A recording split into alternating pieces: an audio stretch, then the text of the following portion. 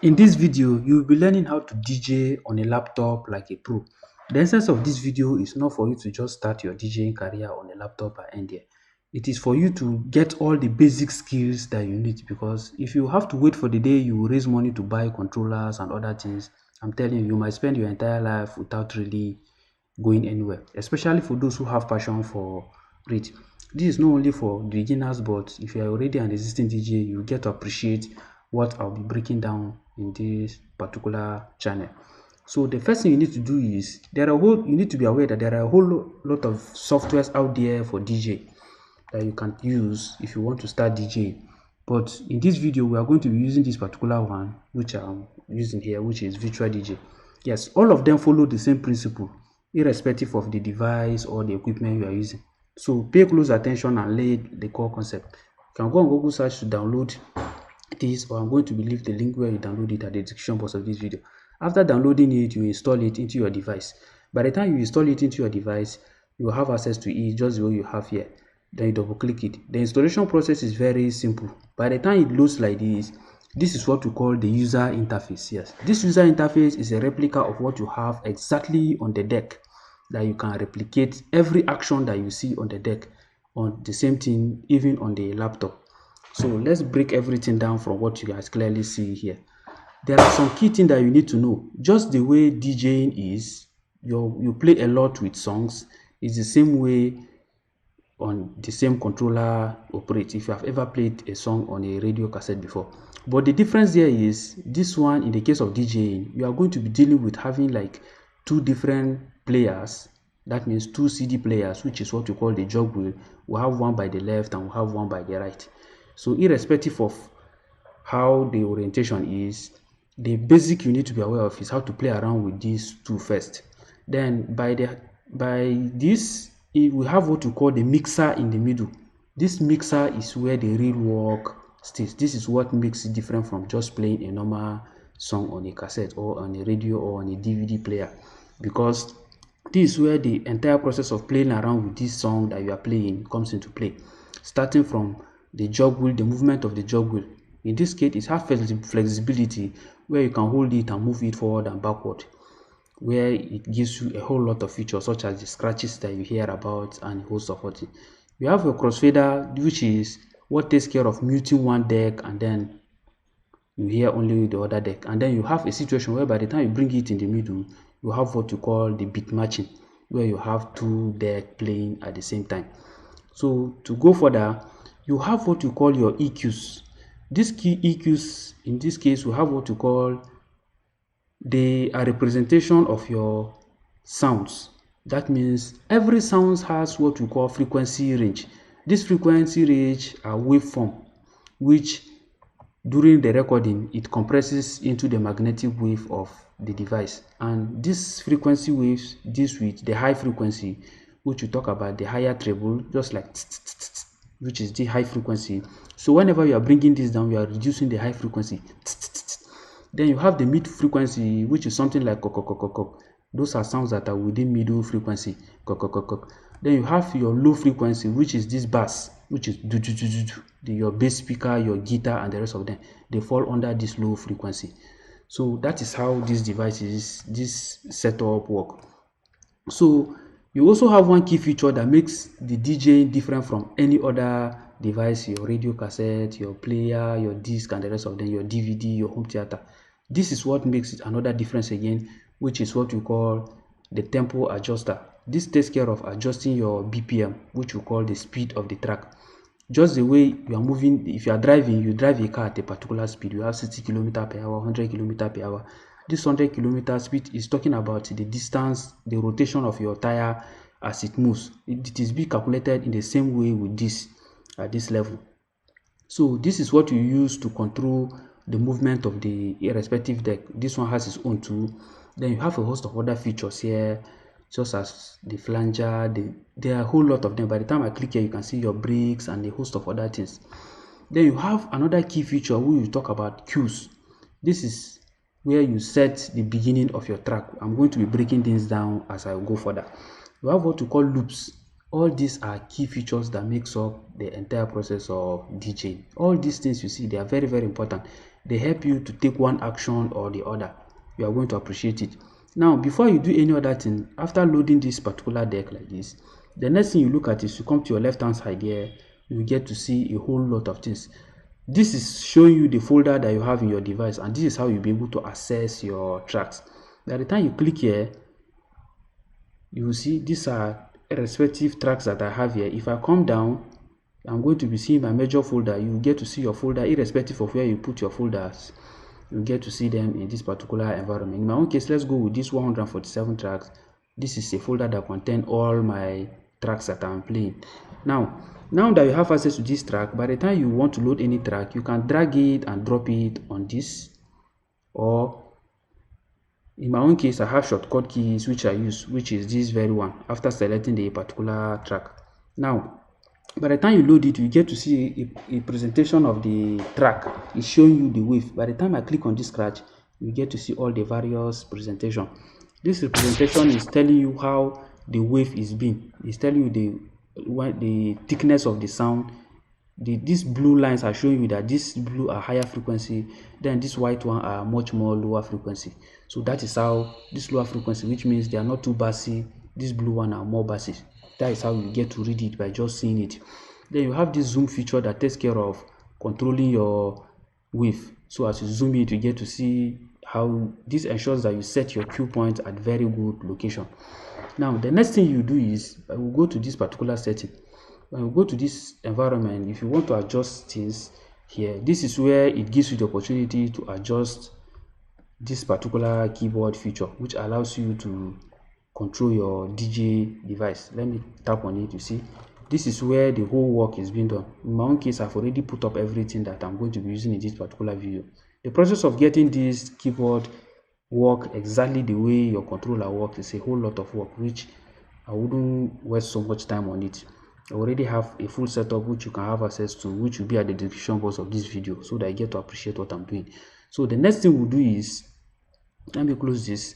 The next thing you do is, still on this particular environment, we have options. This option takes care of allowing you to set a whole lot of things, adjust a whole lot of things in your virtual DJ. Just for example, there are situations where for DJs, you want to listen to a song before you play it without really bringing the sound out, which we have what we call this PFL. This PFL takes care of ensuring that you hear it, and this is where the role of this particular Y cable comes into play. We have what we call this Y cable. This Y cable is a cable that you can use to hear sound from your DJ device to your controller. So it is very, very powerful. You connect your DJ from your laptop output to your mixer, then for it to do a host of other stuff. It's very powerful. If you can have it, it will really be of help. But it's not too necessary if you are just starting, except if you want to begin to go further. Now, in this case, I'm going to leave the link for you to get to see how you can get it too if you're interested. You can see this is the point where you connect on your laptop. So let's go further now. Now at this point, I'm breaking down the user interface for you to see what it has. This is the reading of your beat. That means the speed of your track, which you call the BPM. When you come down here, you see this particular point, we talk about key. Yes, this keys is talking about the tune in which the voice is being compressed, is being recorded. Normally, in every song, we have what you call key. The key in which the person who sang the song. But by the time you put everything together, combine the sound of the key of the beat, the key of the keyboard, the key of the voice, and everything, it gives you what you call the harmonic key. This is what you are seeing. Then you have the total length of the song, which is telling you as you play it. Then you have what you call your dB. This dB is talking about the relation of your sound in relation to the sound outside the environment. Don't worry, this one is a bit more complex, but the best way to describe it is, I would say, is volume. Then you have this environment where we talk about your video. This gives you the opportunity to do your video mixes and the rest of them. This gain is talking about the dB that I'm talking about. You can see it. It's telling you this is my 2.03. This is talking about a sound. That means the thickness of the sound. That means the thickness of this wave, the way you are seeing it. Then you have your volume fader. This one takes care of controlling your volume of respective deck. The same thing here. When you mute it, it goes, the sound can be playing, but when you take it up, you get to hear the sound. just like this, but in the case of this one is much more attached to deck 2. So the next thing we'll do is you have your master output, you have your video mixer, then you have your general mixer, which is here, that takes care of ensuring you do everything well. There are some key features that you need to turn off when you come here. You need to turn off all these smart features because they are going to make a whole mess of your stuff if you are just starting, if you don't know much about it. The same thing here, you turn them off, turn everything off. Then the same thing here, when you come here, turn everything off, leave only the master tempo. Then this, for us to start playing, you have your play, which is normal like everywhere on a DJ, on any DJ gear or on a radio cassette or on, it copies the same principle. You have your pause, then you have your cue. Then you have what you call the sync. This sync takes care of ensuring that this BPM is the same thing with the one on the other deck. Let me do a short demo now. I'm going to load another track now. Now I have loaded another track here. You see they are on the same BPM, but if you look at this particular point, you can see a very big difference. This one moved like plus 62% against this one. That means this song is slower at speed. If I return it to original for default state, you will see the difference. So now at this level it is different. The two of them are not the same. But if you want to make them synchronize, all you have to do is click on synchronize button. By the time it's clicked, you see the both of them are now perfect. The essence of beat matching, the essence of having this same number is to ensure that you fuse the two tracks together. When we talk about fusing, we talk about having them move at the same pace. Because if you don't put them together, one will be faster than the other and the whole thing will be making noise anyhow. I'm going to be breaking it further. Then the next thing you do is you notice there are some blue lines and you can see it's showing you the beat. You can see this, by just seeing this, you can see the synchronization of the two beats. Then if you go up here, you see this blue line and the red line. This ones, by just looking at it, you get to see how the beats are moving when you are going to be doing the counting as you play. Now, let's start the first track now to see how it goes. By the time you go, you can actually decide to use a play, or you can decide to use a letter C. This letter C in this case plays the role of cueing, just the way it is on the controller. When you hold it, it plays. When you leave it, it stops. But by the time you use the space bar, it allows it to play continuously.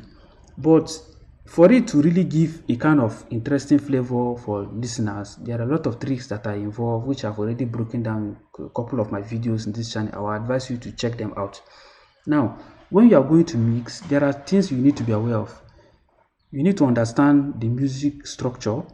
You need to understand the BPM of the song, which is what we are seeing here. You need to understand how to play around with your device. What are the key things that you do as a DJ that makes every song different? This is it. You beat match. In most cases, how you started the song. That is why we have the letter P and the letter H and the letter J. In this case, when you watch my videos, you get to see how I break them down. Just like this. So that is it. Or if you want to be playing around with it, so you can see with breaks, then you can go with echo, so you can clearly see. So these are the respective features that are there for you to play around with as a DJ. Then when it comes to, that is for the aspect of the starting. Now by the time the song is playing, the next thing you do is you do the synchronization. These synchronizations, in most cases in my own shortcut key, I only use shift and this, it automatically synchronizes. Let me run it for you to see. By the time I hold shift, you can see this one automatically shift. This one becomes the mass, this one becomes the tempo that the deck that is being adjusted. So the deck that you select becomes the deck that you want to adjust, while the deck that is staying as default, if I decide to switch it to this side, now you can see now this is the one that will be adjusted. So you select each of them by going on one to the other using the tab key, just the way you do on the controller. So while mixing, when the song is playing, when you are starting it, you don't just start it anyhow. You need to set what you call the cue point, and the cue point must go in a particular position that makes it very easy for you to start. And this is where the concept of counting beats comes into play. And how do you count this beat? You listen to it. Let me do a short demo now for you to see. 1, Now I'm going to be using this. I'm going to put it on a loop, which is 4. By the time I use 4, you can see, let me shift it a bit to 8. Now we are going to do the counting. Because of the location which I set my cue point, you see, you can see I set it at the exact point, which is just by going on control 1, which is the beginning of the track. Now, if you want to start a song, this is how you do it, by counting the beat. Let's go. By the time you go this way, 1, 2, 3, 4, 1, 2, 3, 4, 1, 2, 3, 4. And you can clearly see it at the top here with the movement of this red line. You can see the way the red line is moving. So it's telling you how you should count it. 1, 2, 3, 4, 1, 2, 3, 4. So by the time you master this, the next thing you do is, when you want to introduce the next track into it, you cannot just drop it just like that. You also set a cue point at a particular point. You get to study the track. This is where understanding the sound wave or the song matters a lot. Now, if I want to drop this track, I'm going to be using the crossfader at this level. I'll take the crossfader to this side. Then I go with control 1. We are going to just do normal simple transitioning. Then the next thing you do is 1, 2, 3, 4, 1, 2, 3, 4. As you count that way, by the time you are getting to the 1, that is when you tap on this letter H again too. Then you get to see how it start. Oh yeah, let's go. 1, 2, 3, 4. 1, 2, 3, 4. 1, 2, 3, 4. 1, 2, 3, 4. 1, 2, 3, 4. 1, 2, 3, 4. 1, 2. So you can see how both of them are perfectly moving. Now, when you want to move, you can decide to do it manually by shifting like this. Or if it is on this side, in my own case, I can decide to use the page up and page down button. Look at it. 1, 2, 3. That means taking it to the left, or depending on the one I want to fade out, I take it. So this is it. I've completely moved from deck A to deck B. But most of the time, when you are trying to do this thing, you try to kill the low frequency of one of the deck, so that the song will be so that you don't have what you call lapses of the low frequency. Sometimes you use the deck that you are trying to fade out, you use this to go with it. So you can see in this case it kills the fader. Look at it. You can see you use this to filter down and to filter up when you are transitioning. So let's go further now. So there are situations where when you are doing this, sometimes you want to scratch, which are some of the things that make DJing very interesting. When you want to scratch, scratching is just the way it goes on the controller, where you take the deck forward and bring it backward. But in the case of keyboard, it gives you that flexibility where all you have to do is you go with the letter L. Look at it.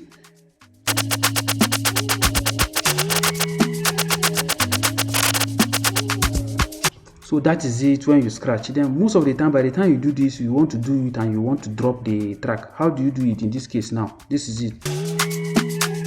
So take it to the beginning.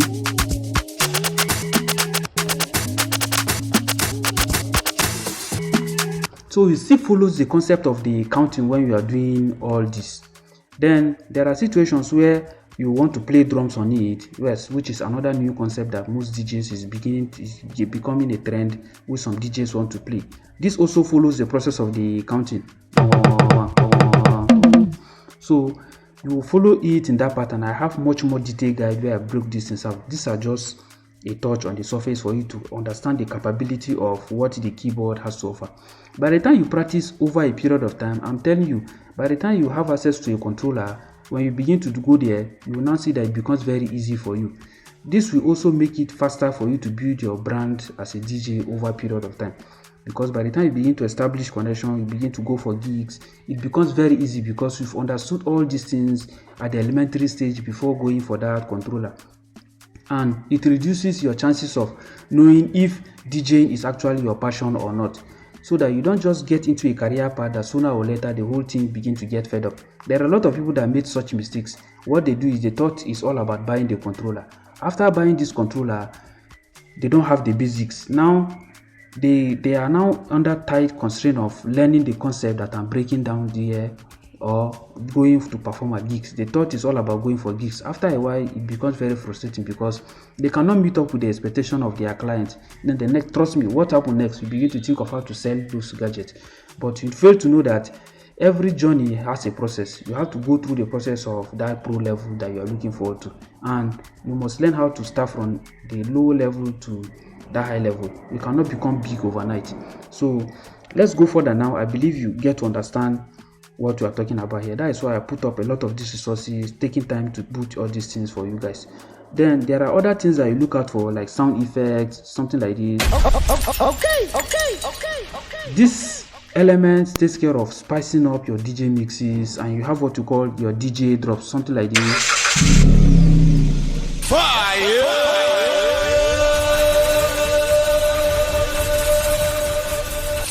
So all these things, you have them there. Then your own DJ drop that you go with it.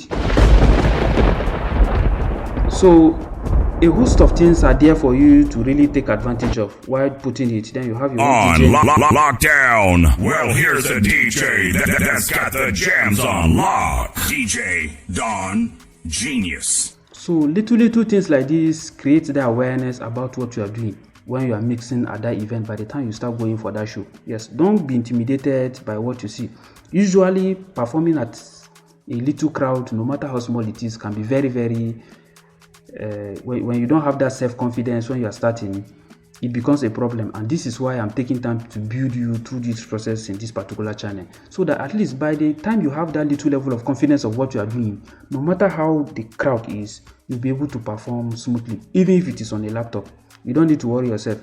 There is always a starting point at every career path, which is one thing you need to be aware of. The only thing that will make you succeed is when you don't see it as a stumbling block, but you decide to continue to invest in yourself, to continue to learn more, to continue to tap into resources that some I'm providing here. I'm telling you, you go to higher places that within the shortest possible time, you'll be amazed of how far you can go.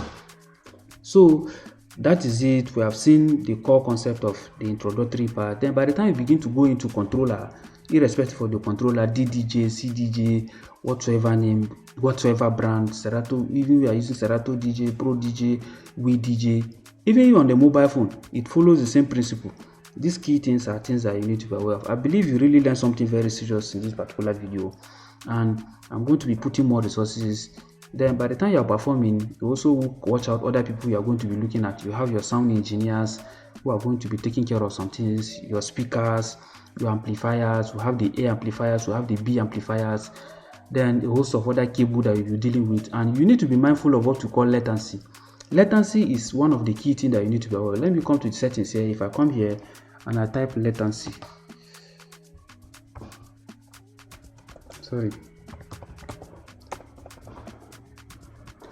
latency is actually a feature that you deal with when you are DJ. Most of the time, some devices have such. I've met people that when they are playing this drum on their keyboard, I'm coming.